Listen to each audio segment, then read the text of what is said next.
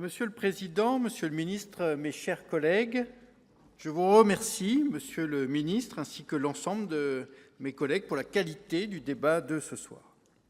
L'agenda du Conseil européen des 18 et 19 juin est particulièrement chargé. Les sujets tels que le cadre financier pluriannuel, l'Ukraine, le Moyen-Orient, la défense européenne, les migrations ou encore la compétitivité présentent tous une grande importance.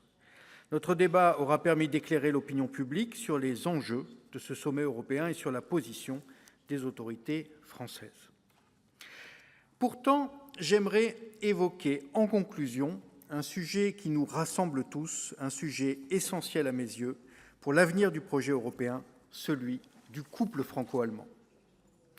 Plus de 50 ans après le traité de l'Élysée, nous savons que rien n'est possible en Europe sans une étroite coopération entre la France et l'Allemagne. Nos deux pays ne partagent pas toujours la même vision, ni les mêmes intérêts, mais toutes les grandes avancées de la construction européenne, comme le grand marché ou la monnaie unique, ont été réalisées grâce à la relation franco-allemande. Cette entente a été le fruit de l'investissement de personnalités exceptionnelles, comme le général de Gaulle et le chancelier Konrad Adenauer, ou François Mitterrand et Helmut Kohl.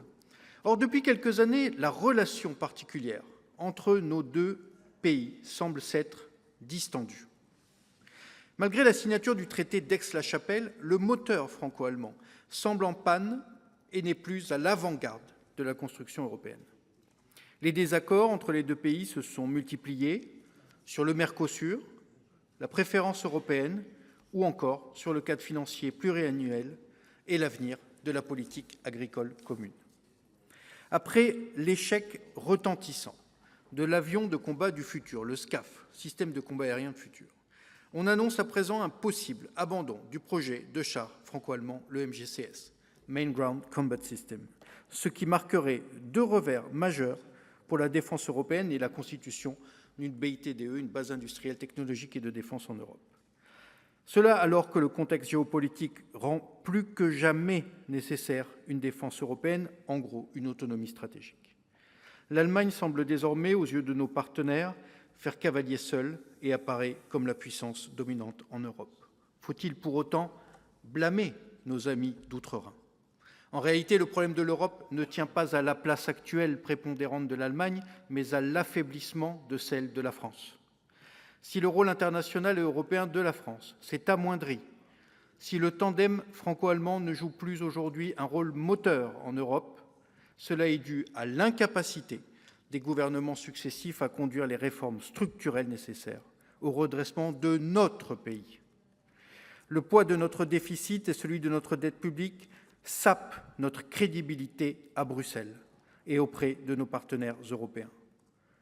Comme elle l'a fait en 1958, la France doit donc associer le redressement économique et financier, l'engagement européen et la relance du couple franco-allemand. C'est ainsi que notre pays sera à la hauteur de ses responsabilités dans une Europe qui doit réagir face au désordre international. Gardons donc le cap fixé par le général de Gaulle dans son discours de Ludwigsburg le 9 septembre 1962, je le cite. L'avenir de nos deux pays, la base sur laquelle peut et doit se construire l'union de l'Europe, le plus solide atout de la liberté du monde, c'est l'estime, la confiance, l'amitié mutuelle du peuple français et du peuple allemand. Puisque le prochain Conseil européen se tiendra les 18 et 19 juin, espérons que l'esprit du 18 juin soufflera sur le prochain Conseil européen et que la France retrouvera toute sa place en Europe aux côtés de l'Allemagne pour faire avancer le projet